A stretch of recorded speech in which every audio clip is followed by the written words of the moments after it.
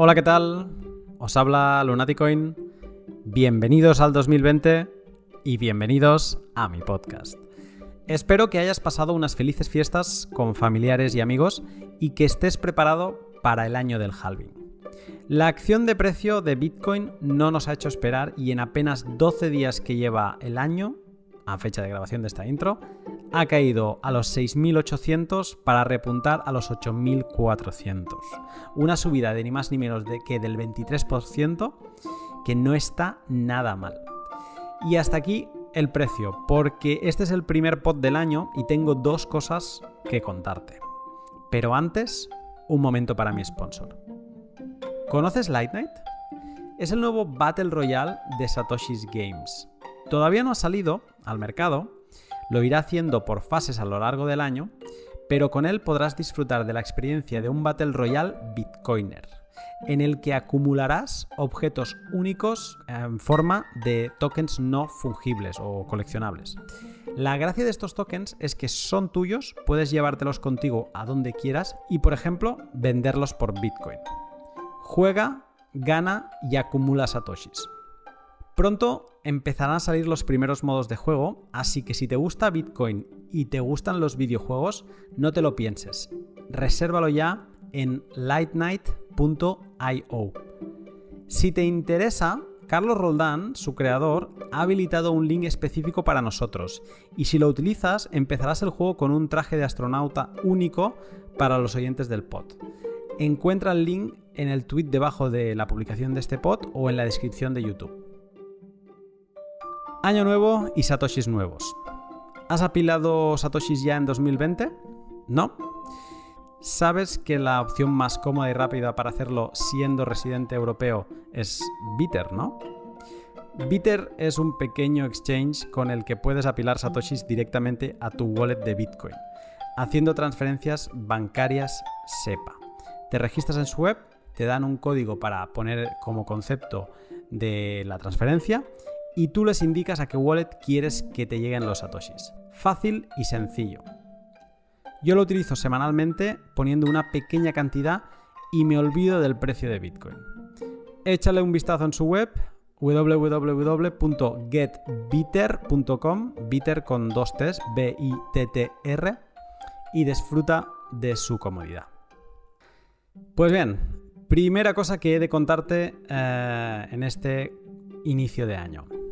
Para empezar el 2020 tengo la suerte de hablar con Camila Russo, periodista que trabajó muchos años para la agencia Bloomberg News y que está a punto de publicar su libro sobre los inicios de Ethereum. Con Camila hablamos de todo lo que pasó entre el 2013 y 2014, antes y después de que Vitalik escribiera el white paper de Ethereum. Comentamos sobre quién era Vitalik, por qué se interesó en crear Ethereum, quiénes lo cofundaron, los primeros choques con Bitcoin maximalists, la opinión de Vitalik sobre el preminado, el drama entre los fundadores y bastante más soap opera. Un pod para entender el principio no solo de Ethereum, sino también de Bitcoin Magazine, Jaxx, Parity Technologies y Consensys. Y también para saber que detrás de cada fundador de Ethereum había un Bitcoiner. No os digo más. La segunda cosa que quería contarte es que empezando este 2020 he creado un perfil de Patreon con el que puedes apoyar este podcast. Échale un vistazo siguiendo el link que encontrarás en la publicación del tweet, en YouTube o en mi web y a ver qué te parece. Desde $2 mensuales, que eso es nada, eso no llega ni a un café de Starbucks. Puedes apoyar mi trabajo y, por ejemplo, recibir unos informes exhaustivos de toda la información adicional que recopilo con cada pod que realizo. La preparación de un pod normalmente lleva pues unas 8 o 10 horas y hay mucho material que no caben en la hora y media que suelen durar los pods. Así que lo podrás conseguir ahí siendo un Patreon. Me gustaría saber mucho tu opinión, qué te parece el perfil y sobre todo las modalidades de colaboración que he creado. Así que espero leer tu feedback y también verte en patreon.com/lunaticoin. Pues bien, ahora sí, prepárate para entender el quién es quién en el mundo de Ethereum. Sin más, te dejo con el pod. Buenas tardes, Camila. Hola Luna, ¿Cómo estás? ¿todo bien? Mil gracias por tenerme en tu programa. No, un gusto que hayas aceptado y que hayamos podido gestionar esta charla tan rápido. O sea que gracias por ello. Si alguien nos está escuchando y no te ubica en este momento, aunque leyendo el título pues algo puede intuir, déjame preguntarte ¿cuál es tu background y un poco cómo llegas tú al mundo de Ethereum? Claro, bueno, soy Camila Russo. Mi background, como quizás algunos pueden intuir por mi acento, soy chilena, periodista. Estuve muchos años trabajando para la agencia Bloomberg News en distintos lugares. Estuve en Argentina, en Madrid, y hace, no sé, los últimos 2 años en New York. Ahí fue cuando empecé a adentrarme más al mundo de las criptomonedas. Estuve cubriendo cripto en Nueva York, y ahí fue donde conocí Ethereum por primera vez. Me llamó mucho la atención la ambición que tiene esta plataforma, la ambición de llevar a la tecnología de blockchain y a Bitcoin aún más allá, de ser una plataforma para hacer una moneda descentralizada hacia ser una plataforma para hacer de que todas las aplicaciones concebibles puedan ser descentralizadas. Eso lo encontré muy interesante. Vi que no había un libro sobre la historia de Ethereum, y por eso se me ocurrió a mí hacerlo al final. Y es en lo que he estado enfocada en los últimos 2 años, escribiendo este libro sobre la historia de Ethereum con HarperCollins, una editorial bastante grande en Estados Unidos. Y el libro va a ser publicado el próximo año, en julio. Pues la siguiente pregunta iba a ser exactamente sobre tu libro, que se llama The Infinite Machine, How an Army of Crypto Hackers is Building the Next Internet with Ethereum. Teniendo a la autora en el pod, aunque más o menos lo has explicado tú antes, déjame preguntarte de qué trata el libro y qué podemos esperar aprender de él. Sí, claro. Bueno, el libro se trata, como dije antes, de la historia de Ethereum, pero vale aclarar que es la historia no técnica. O sea, hay libros muy buenos, por ejemplo, Mastering Ethereum, de Andreas Antonopoulos, es buenísimo explicando la parte técnica de Ethereum, pero este libro se trata más de la historia de los personajes que están detrás de la segunda cripto más grande. O sea, quién es Vitalik Buterin, cómo se le ocurrió esto, y el resto de las personas que se fueron uniendo a él para hacer de su sueño una realidad. Interesante. Me ha parecido leer que sale a mediados del 2020, ¿verdad?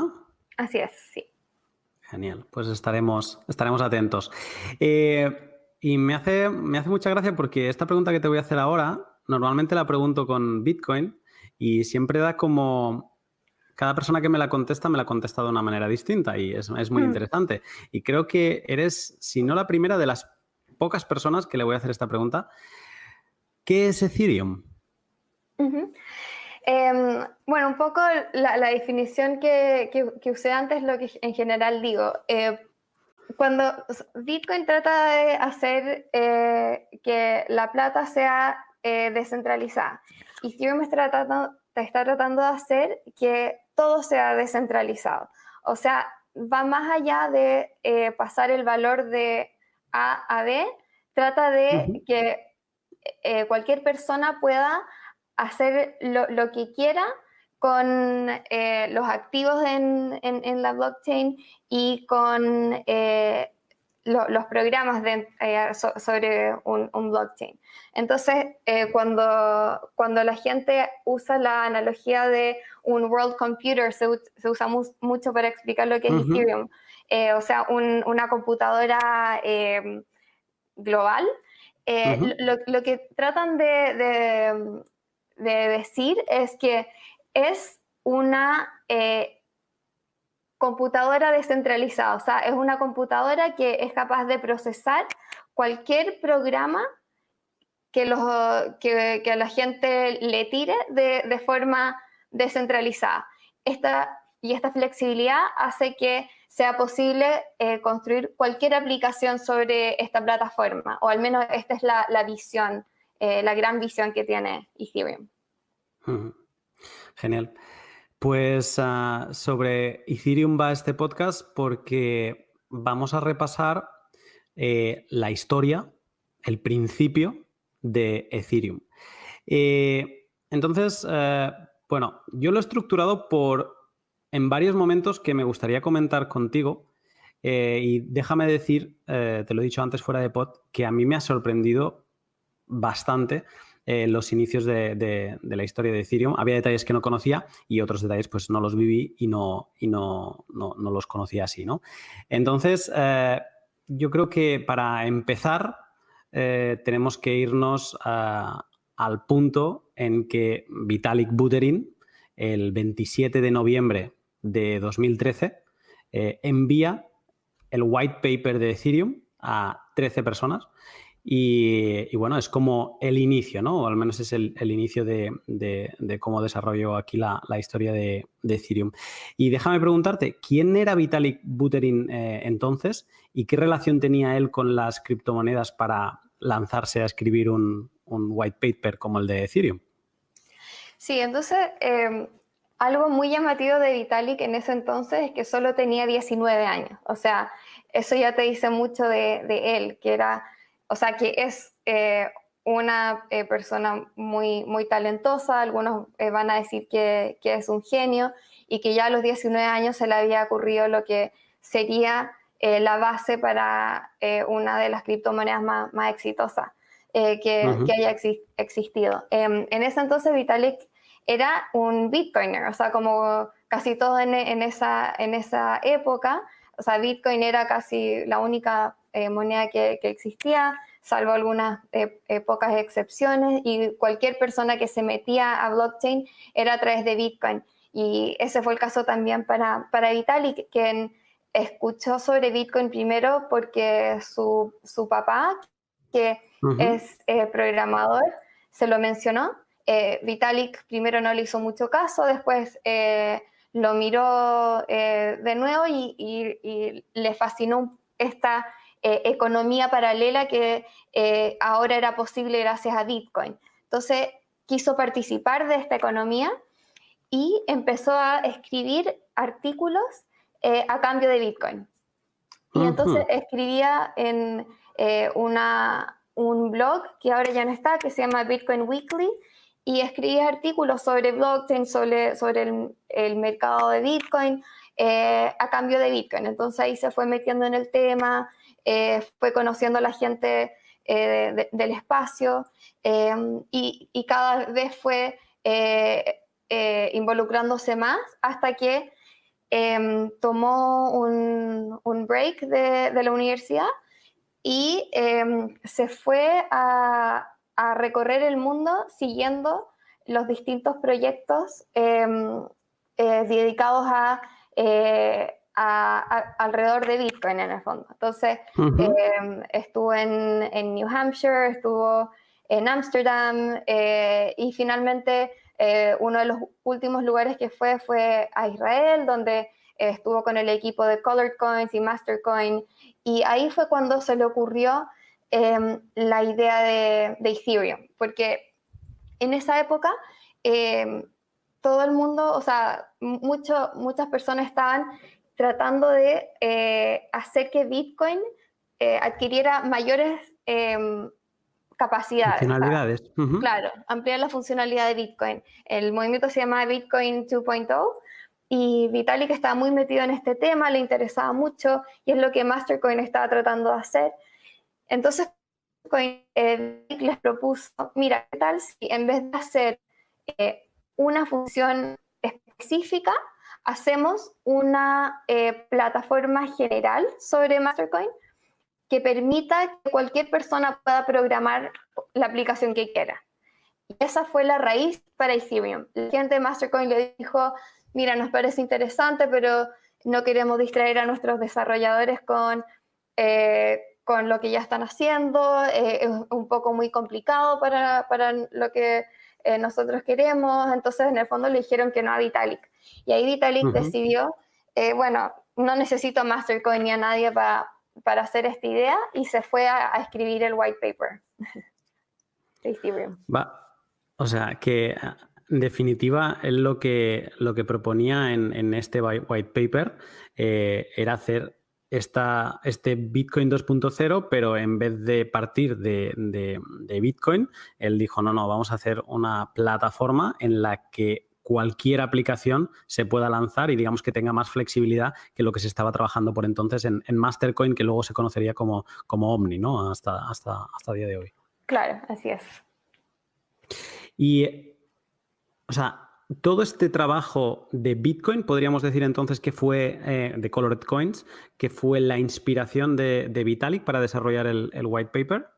Totalmente, sí, o sea, toda la idea de Ethereum de crear una plataforma generalizada y flexible para crear distintas aplicaciones basadas en la tecnología de blockchain, se le ocurrió a Vitalik mientras estaba trabajando con los equipos de Colored Coins y de Mastercoin en Israel, en Tel Aviv.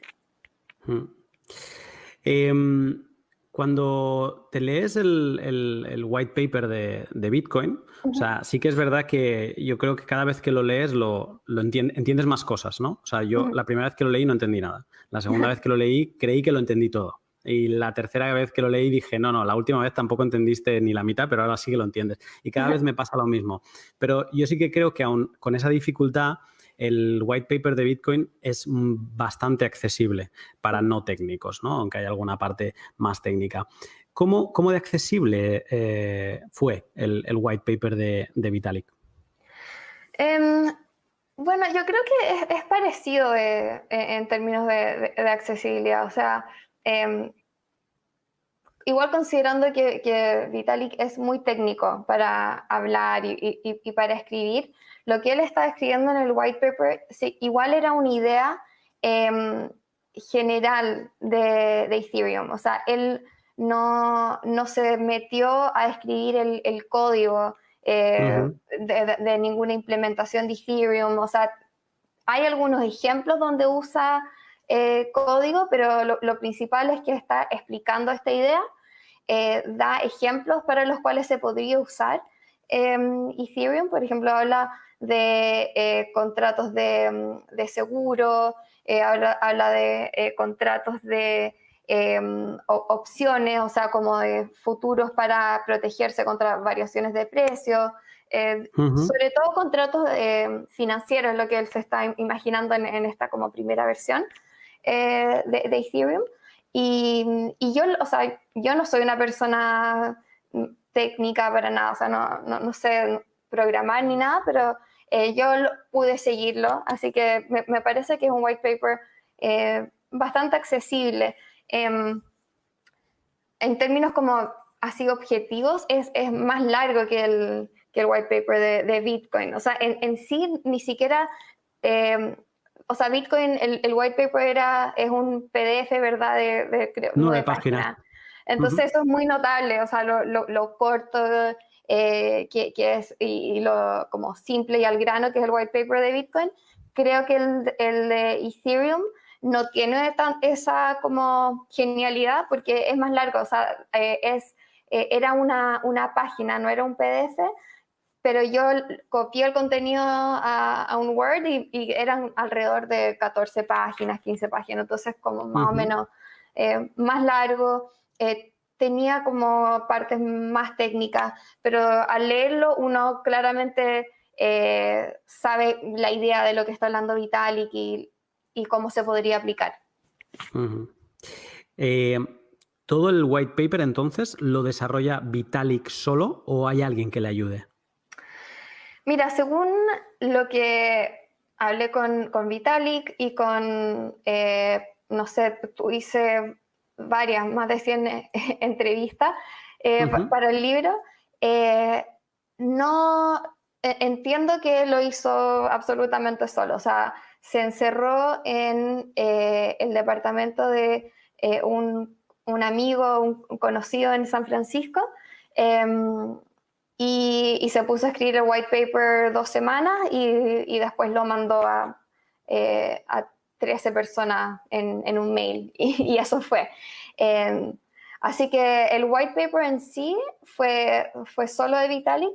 Claramente hay que decir lo que hablábamos antes, o sea, toda la contribución que tuvo los equipos de Bitcoin 2.0 en la inspiración de Ethereum, que eso claramente fue así. Pero el white paper mismo lo escribió solo Vitalik. Después de haber leído el white paper, ¿con qué te quedas? ¿Qué es lo que más te sorprende de ese white paper?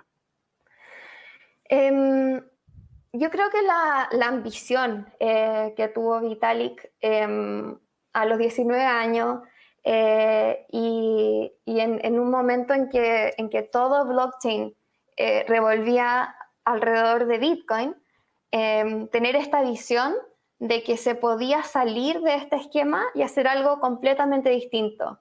Yo creo que fue bastante valiente y súper ambicioso. O sea, valiente porque estaba abriendo terreno completamente inexplorado y él, o sea, era relativamente conocido en el espacio, pero tampoco era tan conocido. O sea, era un periodista en los blogs de Bitcoin, había ayudado aquí y allá a distintos equipos, pero no es que fuera un gran, no sé, criptógrafo o que hubiera fundado otro equipo conocido, o sea, otro proyecto dentro de Bitcoin. Entonces era una persona muy joven, sin demasiada experiencia en el mundo de blockchain y como criptografía, y se le ocurrió que podía hacer algo completamente nuevo. Yo creo que eso es muy valorable.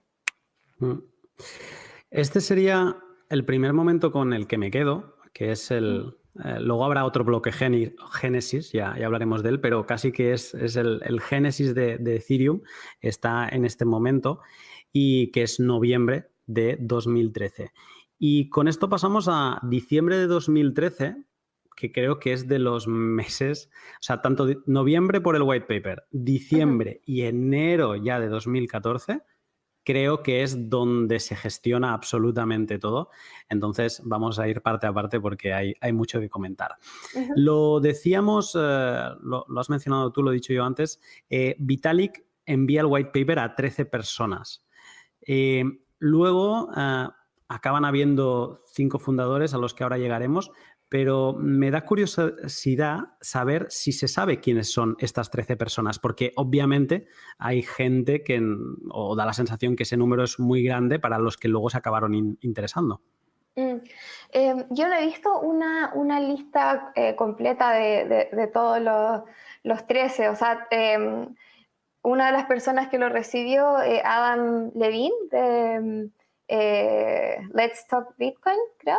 Ajá, sí. Sí, él me mandó el mail original de Vitalik, Bueno. así que él fue uno de ellos, pero el mail está con BCC, o sea, no se puede saber quiénes son los otros. Sabemos que, o sea, sé que está Anthony Diorio, bueno, Adam, está Mihai, Amir, bueno, no sé, después vamos a hablar de toda la gente, pero la verdad es que no he visto una lista de los 13, pero sí sé que esas 13 personas lo lo que a Vitalik le impresionó fue que él esperaba que, por lo mismo que hablamos antes, que por ser una idea tan nueva y que rompía con todo lo anterior, él esperaba que alguna de estas 13 personas lo criticara, le dijera que esto no iba a funcionar, que, no sé, que inmediatamente lo criticara por lo que había escrito, pero no pasó nada de eso, o sea, ninguno le dijo que no se podía hacer, o sea, recibió como más que nada preguntas de lo que estaba pensando y de cómo quería lograrlo, y sobre todo como mucho entusiasmo por la idea, más que las críticas que él esperaba. Qué bueno.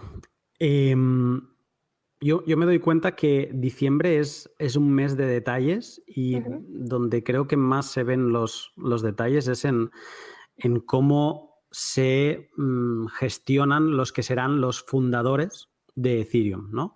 Y hay de inicio 5 fundadores, siendo Vitalik uno de ellos, y luego se añadirán 3 más, pero me voy a centrar en los 5 que son los que se forman en diciembre de 2013. ¿Quiénes fueron estos 4 que se juntan con Vitalik para fundar Ethereum? Bueno, el primero fue Mihai Alisi, que como en términos como de cronología, también es el primero que conoce a Vitalik, de todos los fundadores de Ethereum, porque con él fue que fundaron Bitcoin Magazine. Mihai le escribió a Vitalik para hacer este proyecto juntos. Vitalik inmediatamente dijo que sí, y estuvieron a cargo de esta revista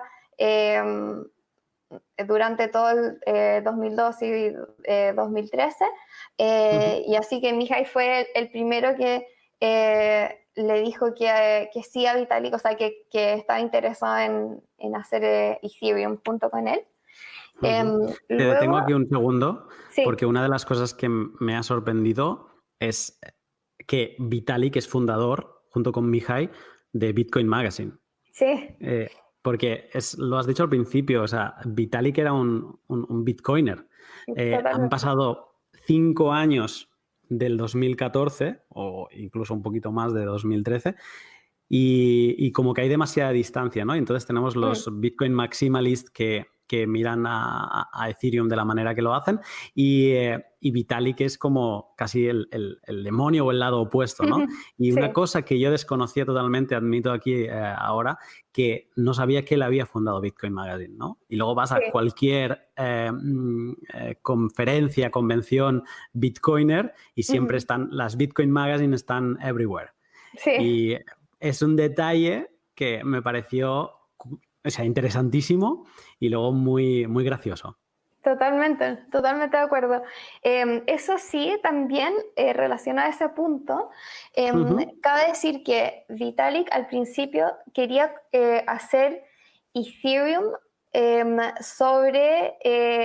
lo había pensado inicialmente para hacerlo sobre Primecoin, ¿ya? Que era otra blockchain más chica, parecía a Bitcoin, también Proof of Work. La razón de que la iba a hacer en Primecoin y no Bitcoin es porque él ya estaba viendo que un poco de este Bitcoin maximalism, aunque en el 2013 no era tan fuerte, pero ya estaba viendo como que la comunidad de Bitcoin no era tan abierta a proyectos como lo que él estaba pensando, y dijo, mira, lo más probable es que me rechacen a Ethereum y no me den la flexibilidad que quiero, y bueno, finalmente se dio cuenta que era mejor hacer completamente una blockchain separada, pero a pesar de que Vitalik empezó como Bitcoiner, nunca consideró construir Ethereum sobre Bitcoin, porque consideró que la comunidad no iba a estar abierta a la innovación que él estaba pensando. Sí, entonces, bueno,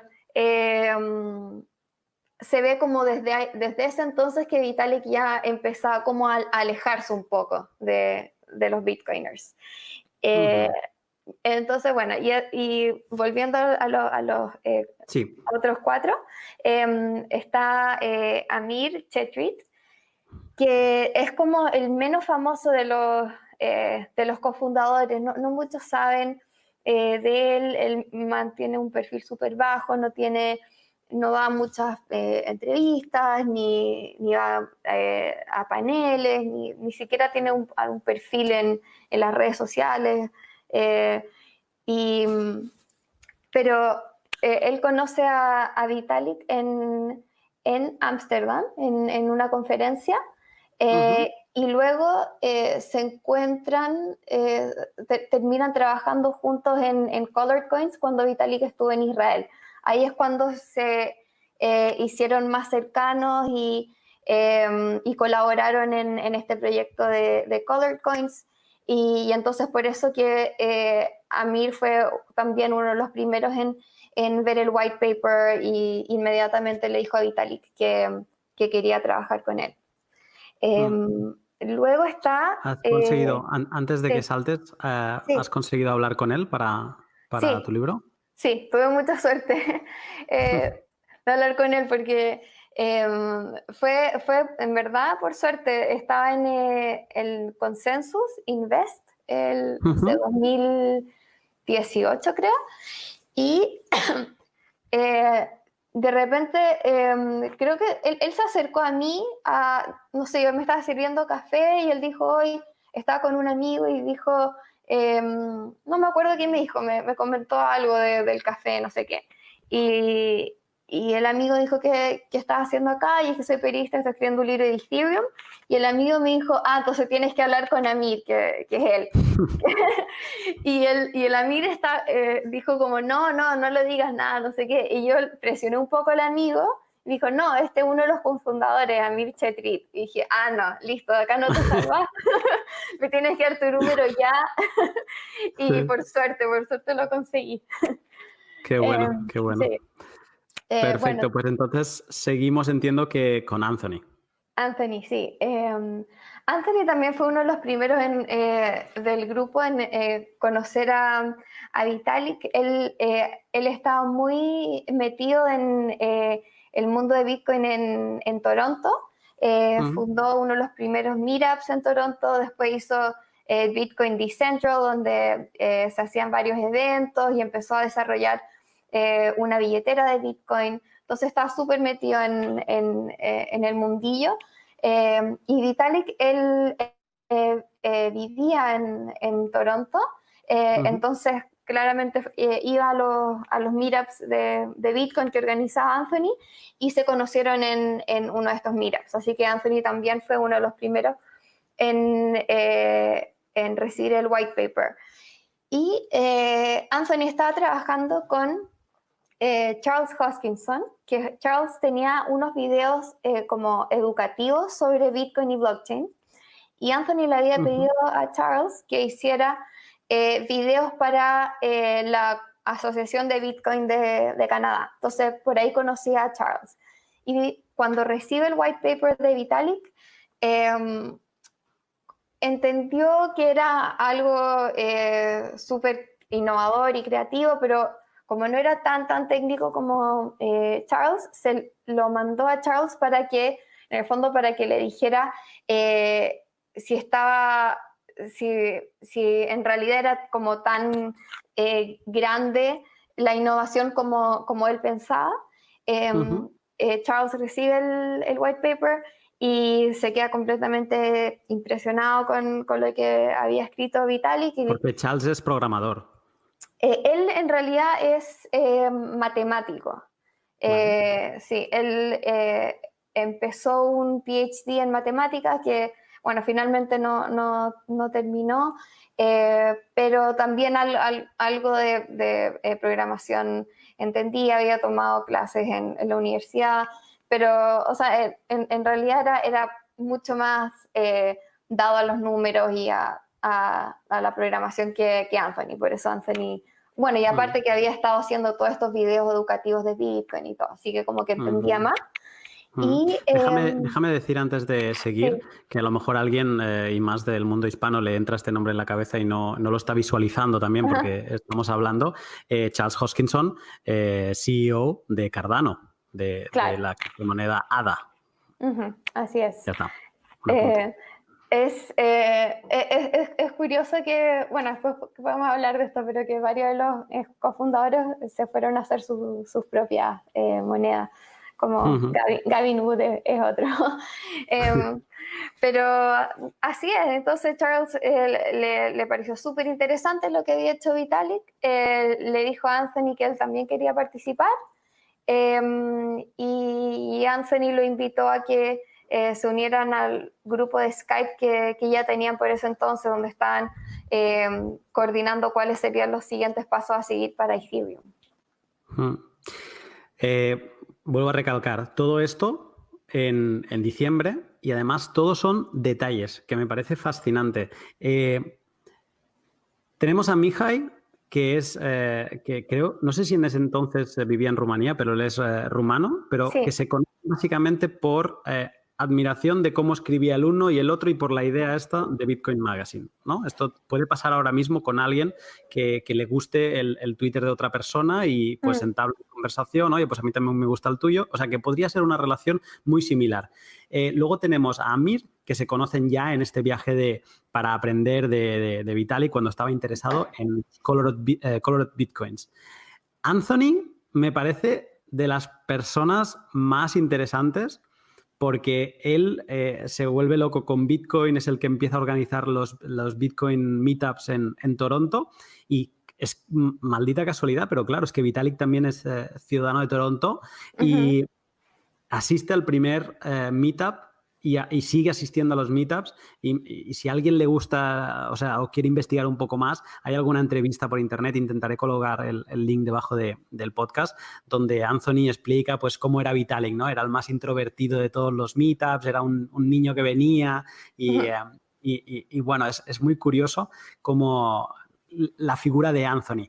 Y luego como Anthony pues caza a Charles para que le valide el white paper de Ethereum y le diga, sí, esto vale la pena, ¿no? ¿Cómo las casualidades llevan a estas 4 personas a unirse a Vitalik y ser los primeros 5 fundadores? Me parece fascinante. Sí. No, es tal cual, fue estar en el lugar preciso, en el momento preciso, más que Vitalik fuera a buscar las personas ideales para crear Ethereum con él. O sea, fue simplemente fortuito este grupo que se creó. Y también un poco habla de la filosofía de Vitalik al comienzo, que era las personas interesadas en crear Ethereum, que vengan. Eso es todo lo que se necesita. Él no le dijo que no a nadie. O sea, cualquier persona que quiso participar, Vitalik dijo, dale, necesito toda la ayuda posible y vengan conmigo. Y eso fue. Sigue siendo shocking para mí. Sí. Entonces, sin salir de diciembre, aparecen 2 que se acabarán convirtiendo en founders también, pero que lo harán en enero, pero sí que aparecen y empiezan a trabajar y a colaborar con Vitalik, y estos son Gavin Wood y Jeffrey Wilke, o Wilkie, no sé cómo pronunciarlo. ¿Qué me puedes contar de ellos? Sí, bueno, los dos son un poco programadores, no sé si el estereotipo es como programador recluso. Se pusieron los dos a trabajar por su cuenta en una implementación de Ethereum, sin conocer a nadie, sin avisarle a nadie, simplemente vieron el white paper que, o sea, una vez que Vitalik lo mandó, se compartió varias veces y la gente lo subió a Bitcoin Talk y a distintos lugares, entonces lo vieron por ahí y dijeron esto es súper interesante y se pusieron a trabajar en una implementación. Gavin Wood en C++, y Jeff Wilkie en Go. Gavin en Londres y Jeff en Ámsterdam, cada uno por su cuenta. No sabían que el otro estaba haciendo la otra implementación. Y Jeff ya empezó sin siquiera avisarle a Vitalik. O sea, una vez que ya estaba avanzado en el tema, dijo, hey, mira, estoy trabajando en esta implementación de Go. Y Vitalik dijo, genial. y Gavin sí le había escrito a Vitalik antes de empezar, le dijo, mira, alguien me mandó este white paper, si quieres te puedo ayudar con la implementación C++. Y Vitalik dijo, sí, genial, porque él había empezado una implementación se me olvida el lenguaje, pero él dijo, no me va muy bien con la implementación que estoy haciendo ahora, así que es genial si puedes ir tú. Y ellos, así que ellos estaban ahí programando por su lado. Gavin se pudo unir al resto en enero cuando todos fueron a la casa en Miami, que fue un hito importante, que ahora lo podemos hablar mejor, pero Gavin conoció al resto del equipo en Miami. Jeff no fue, porque otra cosa es que Jeff estaba trabajando en Mastercoin. Y entonces su participación en Ethereum era como un poco secreta. De hecho, él no le dijo ni siquiera su nombre a la gente de Ethereum por mucho tiempo. Él lo conocían como Obscuren en los chats y en los distintos canales. Por esto mismo, porque él estaba trabajando en Mastercoin en ese momento, entonces no quería como delatarse que también estaba trabajando para Ethereum. Así que no fue a Miami por esta razón. Bueno, añade mística a todo esto. Porque entonces Jeff es aún el más jefe de todos porque es cómo ser fundador de Ethereum a distancia. Exacto. Perfecto, genial. Pues con esto llegamos a enero porque aún falta el último, ¿no? El último en llegar. Creo, si no estoy equivocado y si no es así, corrígeme, que es así, que fue el último por una cosa que he leído de Anthony. Y este es Joseph Lubin, ¿no? Es muy curioso porque aquí vuelve a aparecer Anthony. Pero bueno, te pregunto directamente, ¿qué me puedes contar de Lubin? Bueno, Joe Lubin también tiene una historia súper curiosa porque, bueno, él había estado en Jamaica, no, de hecho, en ese entonces todavía estaba viviendo en Jamaica porque estaba ayudando a una amiga / creo que novia, aunque él no lo dice, con su empresa, a tener una carrera de cantante. Muy raro. En el fondo lo dejó todo porque él antes de Jamaica tenía un hedge fund. Y antes del hedge fund había trabajado haciendo consultoría de tecnología para distintas empresas.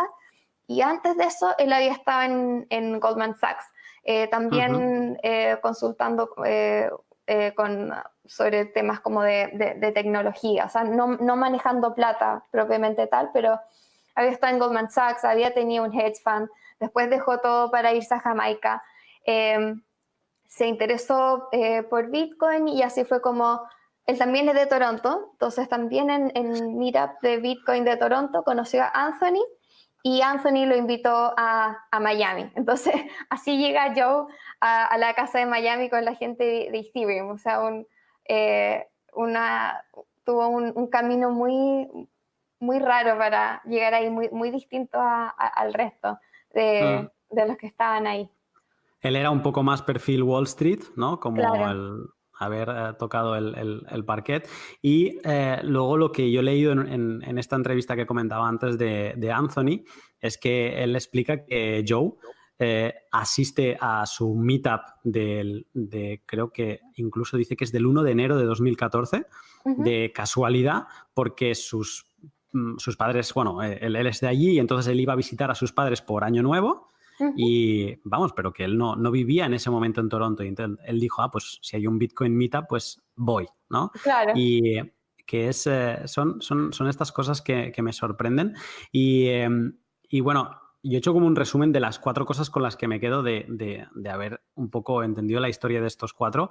Uno es lo que he repetido ya varias veces, qué pequeño es el mundo y las casualidades, cómo juegan en la unión de estos 8 personajes que son muy diversos.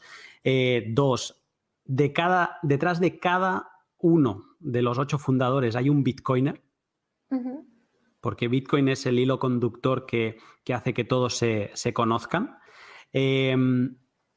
Me sigue, el 3 sería que me sorprende la cantidad de founders que necesita Ethereum para funcionar. Y 4, estamos en un momento que estamos a principio de enero, incluso a 1 de enero. Ethereum solo se ha presentado por email, hay charlas montadas de Skype, pero aún así ya levanta pasiones.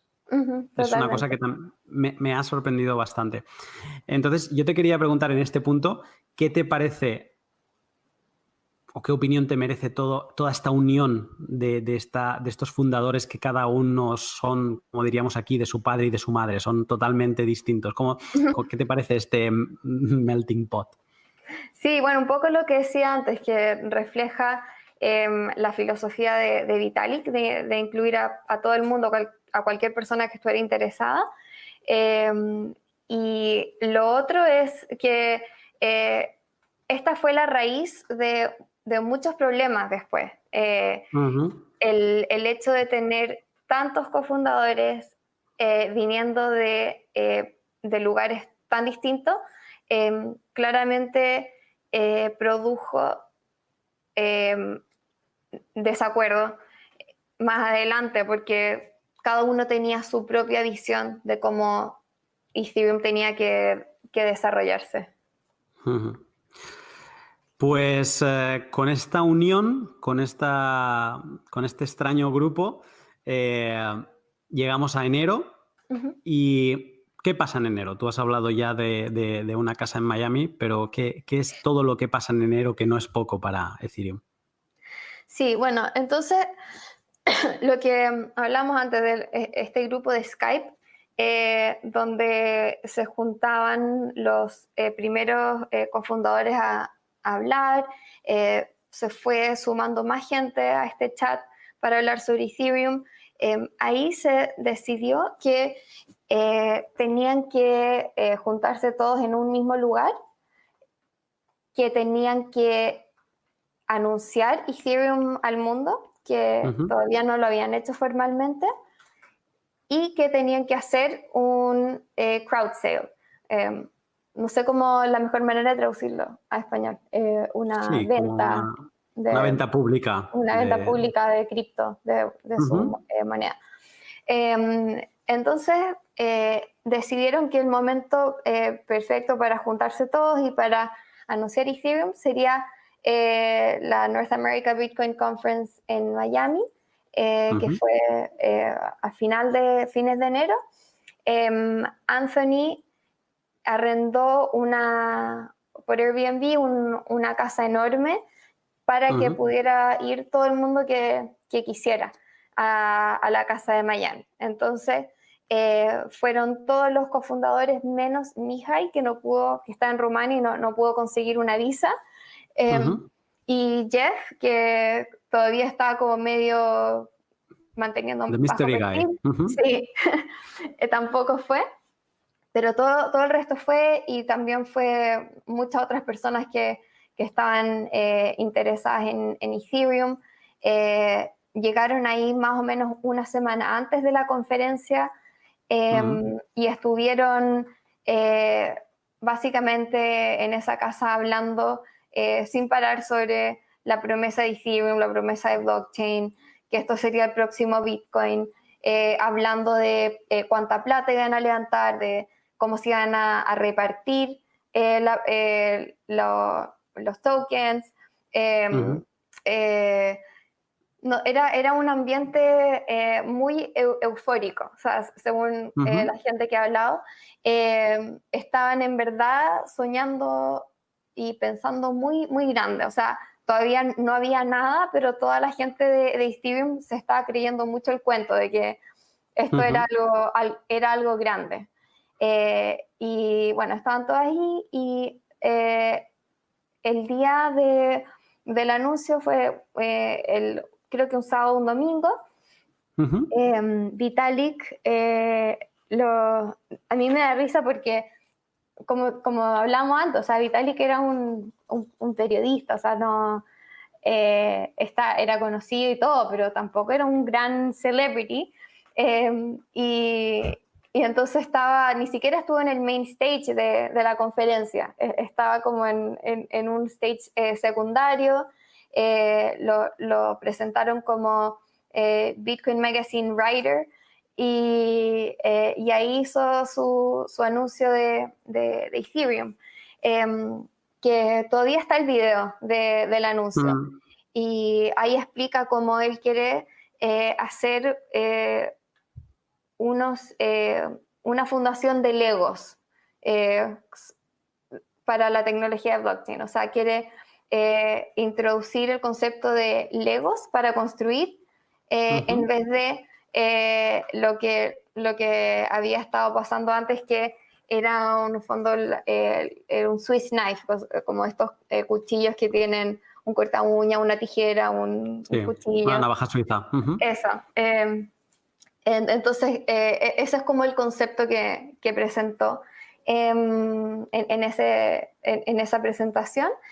Y todo el mundo se volvió loco, o sea, lo aplaudieron parados. Después hay otro video y fotos en que ya fuera de la sala de la conferencia, donde él está contra la pared y lleno de gente alrededor de él, tratando de averiguar más sobre Ethereum, que explicara más preguntándole cosas, filmándolo, sacándole fotos. O sea, fue un total frenesí después de esa presentación. O sea, la gente inmediatamente vio el potencial que tenía este anuncio.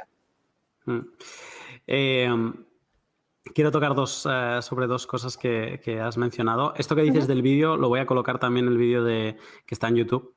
Es fácil de conseguir, pero recomiendo que le echéis un vistazo. Podéis verlo entero.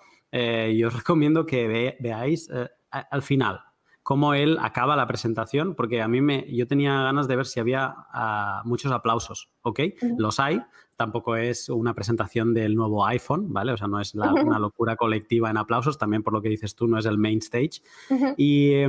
Pero es muy divertido, como él acaba, se va, empieza a hablar el presentador de lo que va a venir después y de golpe aparece Vitalik, porque como tiene esta manera de ser que ni pregunta, como que se cuela delante del otro y viene a decir, bueno, y si alguien tiene alguna pregunta, voy a estar en aquella esquina, podéis venir y preguntarme, ¿no? Y esa debe llevar a la otra imagen que decías tú ahora de él rodeado de gente, pues bueno, él lo pidió, pues lo tuvo y lo tuvo con creces.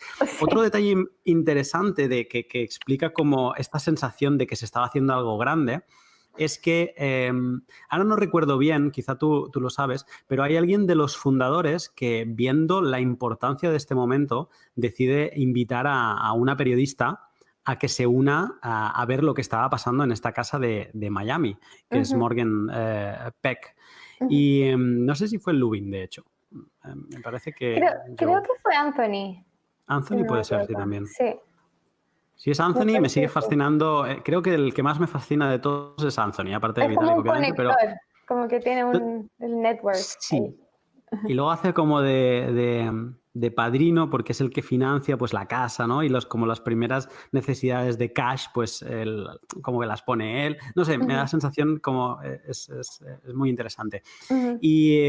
Y bueno, explica esta periodista como, no sé qué hora era, pero como que entró a la casa o no había nadie porque estaban durmiendo, no lo acabé de entender, o no había nadie porque no había nadie, y se encontró a Vitalik en una terraza con el ordenador suyo encima, ¿no? Y tecleando cosas y produciendo. Y de hecho le hizo una foto, la colgaré también porque es muy interesante de ver, es una foto de ese momento, incluso antes de, ¿cómo se llama?, de presentarla de presentar Ethereum en la Bitcoin Conference de Miami. Y son esas fotos que se hacen, bueno, que son famosas ya, son parte de la historia de Ethereum. Sí. Con esto cerramos el enero. O sea, son 3 meses frenéticos, white paper en noviembre, diciembre un poco la consolidación de los fundadores y enero la presentación pública y el lanzamiento.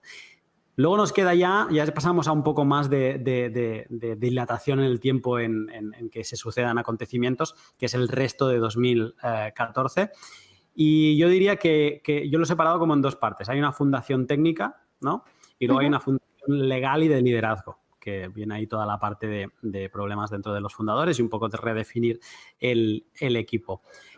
Repaso, para así acabarte preguntando un poco sobre ello. En febrero se presenta el primer proof of concept el tercer proof of concept de Ethereum con las implementaciones de C++ y Go, pues entiendo que son las de Gavin y las de Jeff. Sí. Se empieza a trabajar en el lexicon, en las palabras de Ethereum, ¿no? Lo que aún a día de hoy se sigue utilizando, pues que Ether va a ser un crypto fuel, la gasolina, el gas, que para poder pues, operar dentro de esta red, pues vas a necesitar Ether como gasolina. Esto es un término que ya se empieza a acuñar. Y luego Wood dice esto que has dicho tú antes de Ethereum es un ordenador en el centro del mundo. Bueno, tú has dicho como que es como un ordenador global y él vino a decir esto que lo he traducido directamente del inglés. Pero... Y luego en abril, Wood publica el Yellow Paper de Ethereum. O sea, Ethereum no tiene solo un white paper, sino que también tiene un yellow paper. ¿Qué es este yellow paper? Sí, bueno, como hablamos antes, eso del white paper que era bastante general, o sea, no hablaba del código específico que se necesitaba para realmente hacer Ethereum. Gavin Wood escribe la parte más técnica. En definitiva, él escribe el código para el Ethereum Virtual Machine y es después de hacer su implementación de C++, escribe también esta parte técnica que es la que se necesita para que finalmente funcione esta blockchain. He leído, o sea, como que relacionan mucho a Gavin con la Ethereum Virtual Machine. ¿Fue él el que la desarrolló? Él escribió cómo ejecutarla, o sea, cómo escribió el código para la EVM, pero el concepto en sí lo desarrolló Vitalik en el white paper primero. Vale. Y entonces supongo que aunque Vitalik tuviera este rol de líder ideador, quizá Gavin tomó las riendas más de la parte técnica en este momento, ¿no? Tanto con el yellow paper y en general. Sí, no, Gavin totalmente lideró la parte técnica durante la mayoría durante los primeros años del proyecto. Entre él y Jeff, pero uno podría argumentar un poco más Gavin por haber escrito el yellow paper y haber descrito cómo funciona el EVM. Y de hecho, hay un intercambio en Twitter muy, muy divertido entre Vitalik y él, en que no me acuerdo para qué fecha, para algún aniversario del white paper, o no me acuerdo para qué, pero Vitalik dice como gracias a Gavin por toda su contribución a Ethereum. Esto era una vez que Gavin ya se había ido, ya estaba en Parity Technologies. Y Ok. Gavin le responde, gracias a ti, Vitalik, no podría haberlo hecho sin ti. En el Vale. fondo como atribuyéndose como el rol principal, como de fundador de Ethereum. Sí. Y Gavin varias veces se tira comentarios así, como que él fue realmente el que construyó Ethereum técnicamente. No sé, es debatible. Eh, interesante, interesante. Los egos dentro Sí, totalmente. de estos 8 fundadores. Sí. Perfecto. Pues con esto es esta primera parte, bueno, aunque pasan muchas más cosas, obviamente, pero en la parte técnica, quiero decir. Pero luego hay otra parte que creo que es donde hay más jugo en 2014, que es en la fundación legal de lo que va a ser Ethereum y el liderazgo. Ujú.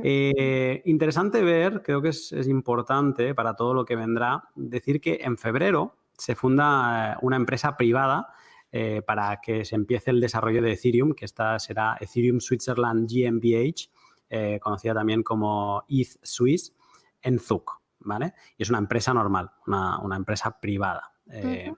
for profit, digamos. Y entonces, incluso esta empresa tenía un CEO. Como acabamos de hablar de Gavin tomando un poco quizá un rol más de developer, te quería preguntar, incluso después de esta fase, ¿cómo quedan los roles dentro del equipo? Bueno, es complicado porque en Ethereum mm, no hubo tantos roles definidos específicos, pero más o menos Ujú. uno puede en esta época decir que Charles Hoskinson era CEO, eso 100% es así, o sea, entre todos decidieron que él sería CEO.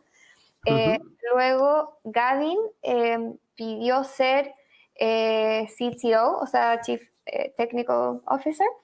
Ok. Eh, y después no hubo títulos tan eh, definidos.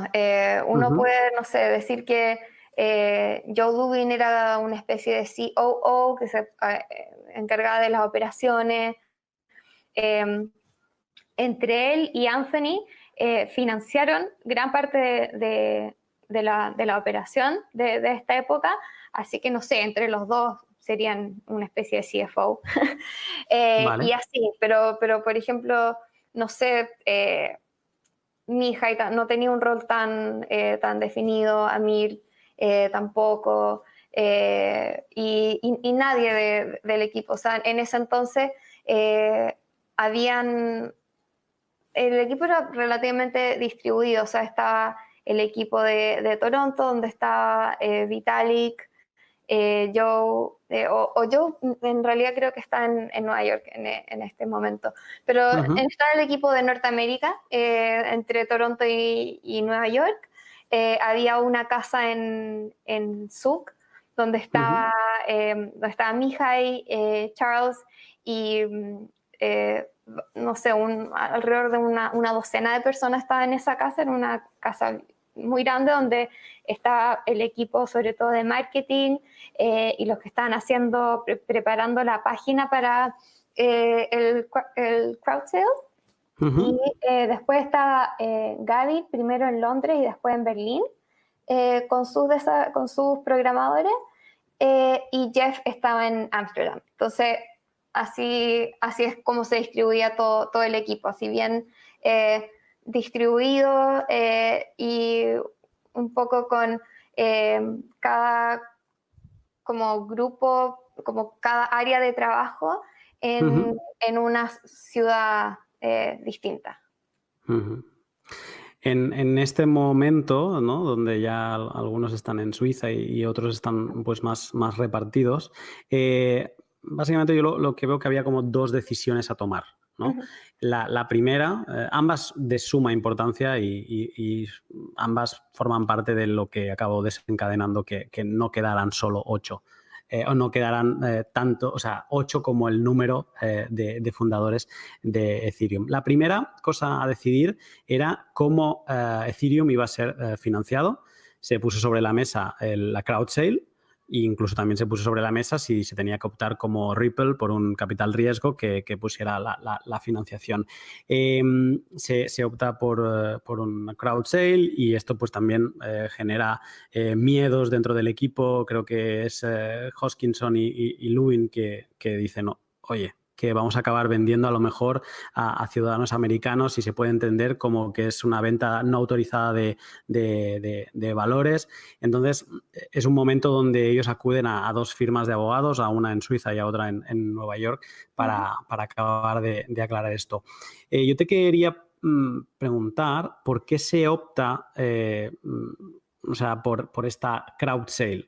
¿Se tenía muy claro ya desde el principio que Ethereum no iba a ser iba a ser proof of work, pero que no fuera a ser como Bitcoin, que todo se minase desde un momento inicial, sino que se tenía muy claro que iban a haber unos cuantos que ya iban a salir de Ethereum de base, preminado, dígale como quieras, para poderse financiar? ¿Cómo fue todo este momento? Sí, en realidad esto nunca estuvo mucho en discusión. Desde el principio todos estaban de acuerdo en hacer un crowd sale. De todas maneras estaba la preocupación de hacerlo de una manera en que no tuvieran problemas después con las distintas reguladores, pero nunca fue una pregunta si es que lo harían de esta manera. Y yo creo que fue por un tema práctico de que era un proyecto muy ambicioso y necesitaban financiamiento para hacerlo, o sea, para pagarle a programadores y demás. Entonces, por un tema práctico, yo creo que siempre lo consideraron así. Por otro lado, para Vitalik nunca fue un tema tan... a ver, para decirlo de otra manera, el preminado nunca llevó el estigma para Vitalik que sí lo lleva para muchos bitcoiners. En el pensamiento de él dice, mira, ¿cuál es la diferencia de si en un preminado son las personas que están participando y son parte del equipo desde un principio, los que se llevan la primera distribución de moneda versus en el sistema de Bitcoin, que son los miners, que en el fondo es la gente que tiene más dinero para dedicar a este hardware especializado. Entonces, él dice, no lo ve moralmente condenable retribuir a la gente que estuvo dedicada al desarrollo de Ethereum desde un principio con las monedas que se emitan como resultado del crowd sale. Entonces, como que nunca fue un issue, como un problema.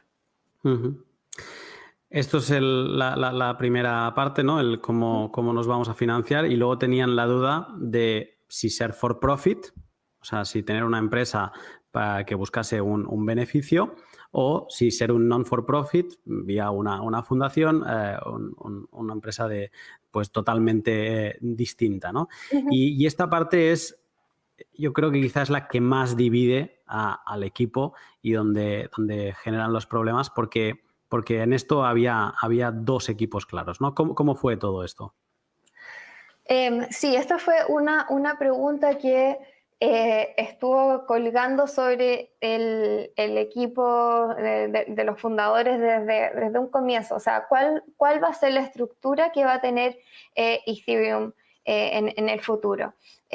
Lo que siempre se tuvo más o menos claro es que sería una red open source, o sea, abierta a todo el mundo. Nunca se pensó bloquear el acceso a Ethereum en sí, pero la diferencia que había era, hacemos una empresa for profit para desarrollar las aplicaciones sobre Ethereum, y en el fondo tener un camino más directo a una ganancia financiera para los fundadores, o hacer un non-profit que apoye que la comunidad sea la que desarrolle estas aplicaciones sobre Ethereum. Esa era como la división.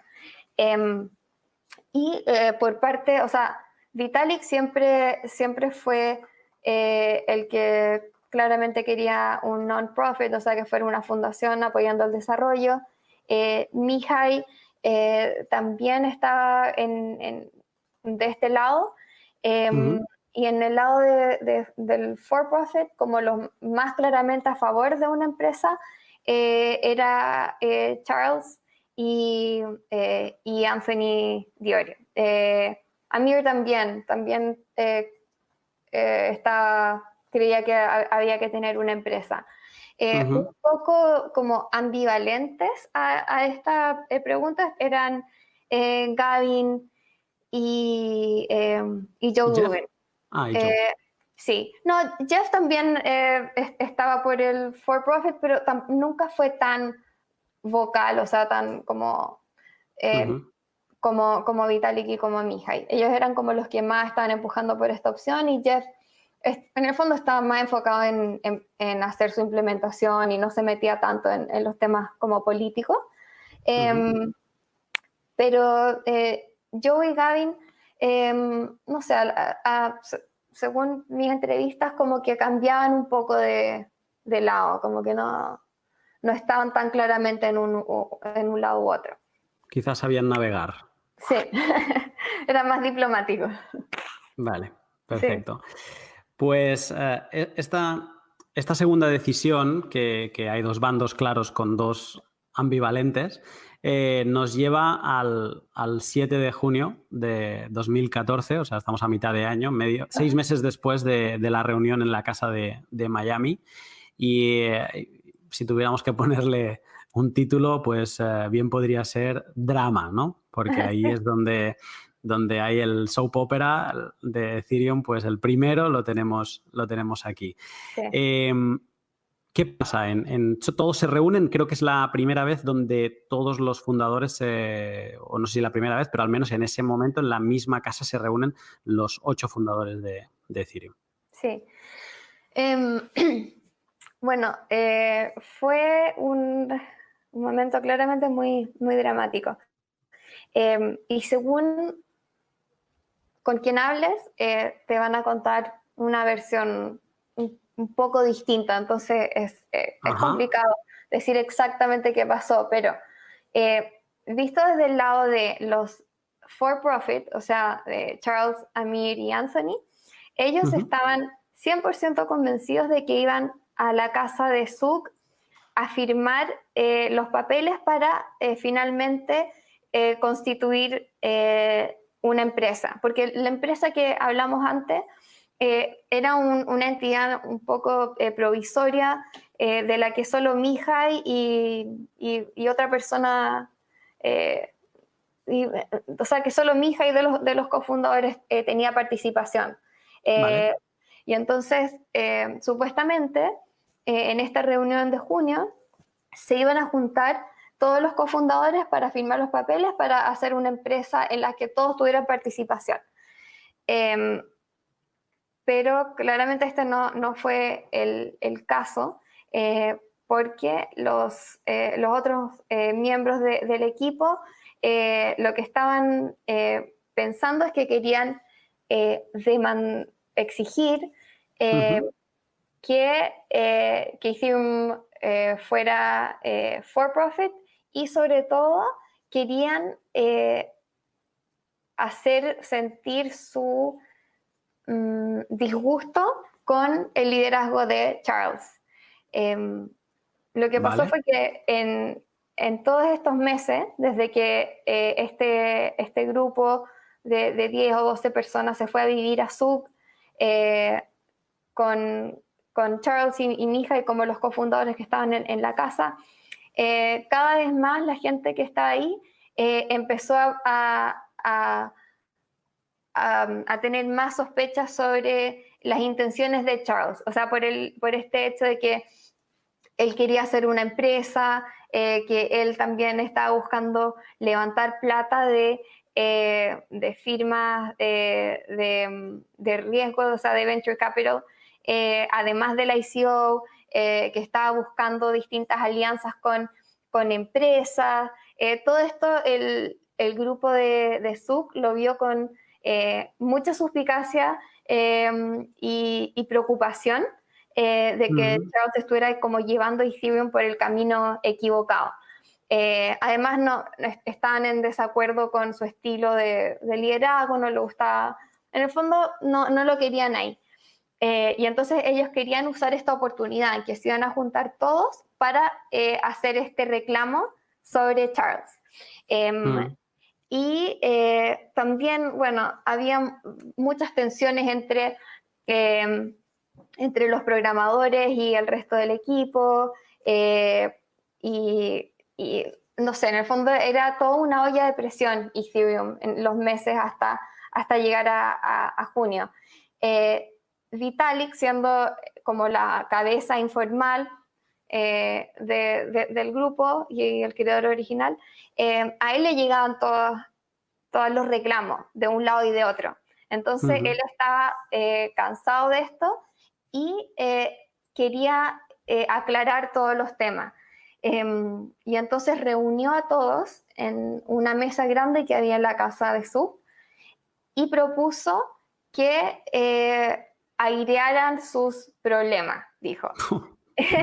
Dijo, ¿por qué todos nos sentamos y conversamos de lo que no está pasando? O sea, seguramente él estaba buscando llegar a algún acuerdo y que todo se solucionara, pero claramente... Si fuera latino, si Vitalik fuera latino, eso no lo hubiera hecho. No, sabría lo que pasaría, que fue lo que pasó, que fue un estallido de peleas, de acusaciones, todos sobre todo contra Charles, y también salió, ¿cómo se llama? Acusaciones sobre Amir, que también había mucha gente que pensaba que no estaba contribuyendo suficiente, que él seguía trabajando para Colored Coins, entonces que no estaba tan comprometido como el resto con Ethereum. En fin, fue una conversación o una pelea muy larga, no sé, un par de horas o más. La gente que estuvo ahí presente dice que fue uno de los momentos más tensos de su vida. Uno de los fundadores lo compara como el Red Wedding de Game of Thrones. Sí. En el fondo como que se sintieron que llegaron ahí como para que los masacraran. Vale. Fue muy terrible. Hasta que al final, bueno, terminó en que los cofundadores se pararon de la mesa y se fueron a deliberar a la terraza de la casa y le pasaron la decisión a Vitalik. Vitalik se quedó pensando mucho rato. Él, imagínate, era súper chico y tenía esta responsabilidad inmensa de decidir él solo lo que pasaría con el futuro de Ethereum, porque estaba sobre la mesa qué pasa con Charles, qué pasa con Amir y también qué pasa con la pregunta de si sería una fundación o una empresa for profit. Así que, bueno, finalmente Vitalik entra de vuelta a la casa, todos ahí estaban reunidos expectantes y la decisión que toma es que Charles y Amir ya no serían parte del grupo de liderazgo, o sea, siempre serían cofundadores, pero ya no estarían liderando Ethereum, y que Ethereum ahora sería, o sea, sería una fundación non-profit de ahí en adelante. Y bueno, ya así fue un momento clave y un quiebre también para el equipo, que no sé, fue muy duro sobre todo para Charles, que él se había visualizado como el CEO de la primera empresa de blockchain. Él pensaba que iba a ser la primera empresa que valiera $1 trillón de dólares. Era como su visión, su gran visión para Ethereum. Entonces pasó de ser el CEO de esta gran empresa a que lo sacaran sus propios cofundadores. Fue súper fuerte. Cuando Vitalik aparta a Charles y a Amir, ¿los aparta totalmente o simplemente les quita el cargo que tenían? Obviamente, digamos que podrían haber seguido si hubieran querido y fue pues el ego, la decisión de ellos de decir no, nosotros nos vamos. Sí, fue más lo segundo, porque, o sea, como ya hemos hablado, Vitalik no va a imponer, no va a decirle a nadie si puede o no puede trabajar en Ethereum. O sea, la visión misma de Ethereum es que fuera una plataforma open source con una fundación que apoyara al resto de la comunidad. O sea, nada les impedía seguir contribuyendo al proyecto aún sin tener sus puestos ahí en el liderazgo de la fundación. Es sorprendente esto, ¿no? El cómo un chico que creo que aún tenía 19, a lo mejor ya tenía 20 años, pues le toca decidir con este mix de gente, ¿no? Sí. Y decirle pues a Charles que no puede continuar y un poco pues redefinir todo el equipo. Me creo lo que dices tú, que cada uno explica su versión de lo que pasó allí. Yo he leído algunos en esta entrevista que ya he mencionado de Anthony. Él lo explica como que fue un golpe de estado lo que se vivió allí, que fue pues ahora escuchándote entiendo que fue un golpe de estado pues a la dirección actual de ese momento que era Charles. Y Anthony dice una cosa que me parece interesante, que es que al final todos los que estaban más en el lado de la empresa han acabado a la larga fuera de Ethereum, ¿no?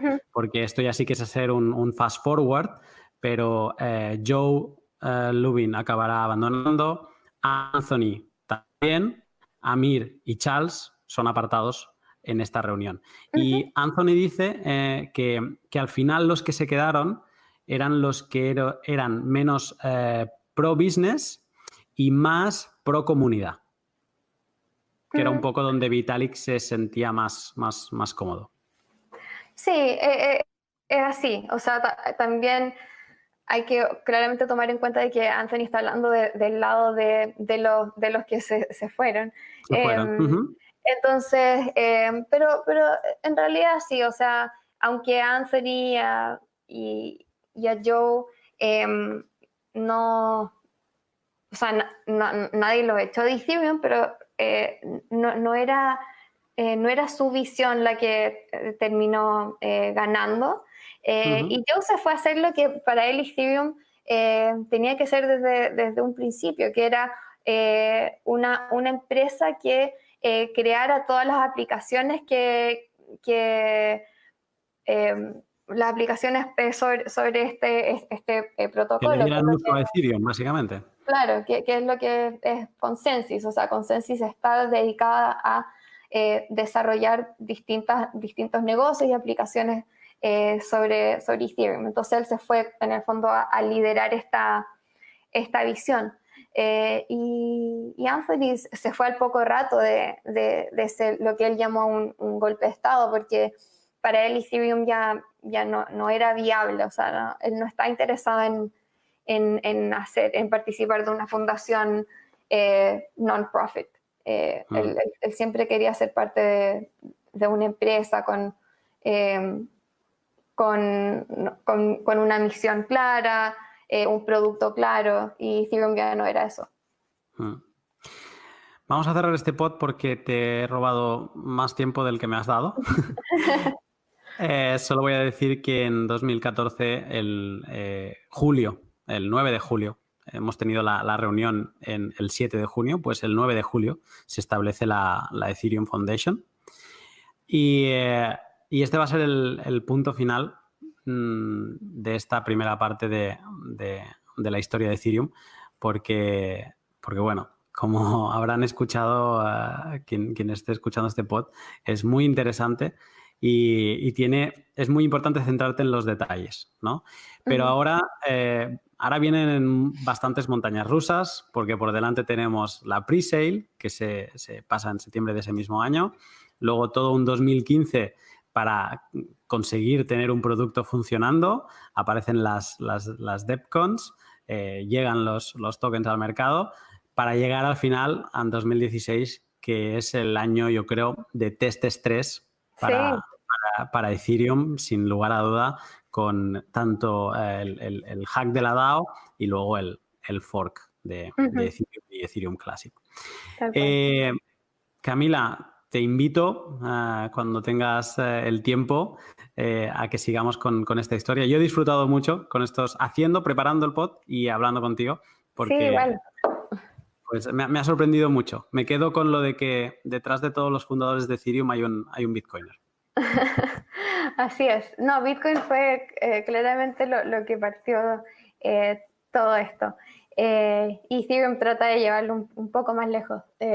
Pero yo también he disfrutado mucho esta conversación. Ha sido muy entretenido contarla, yo creo que por primera vez en español también.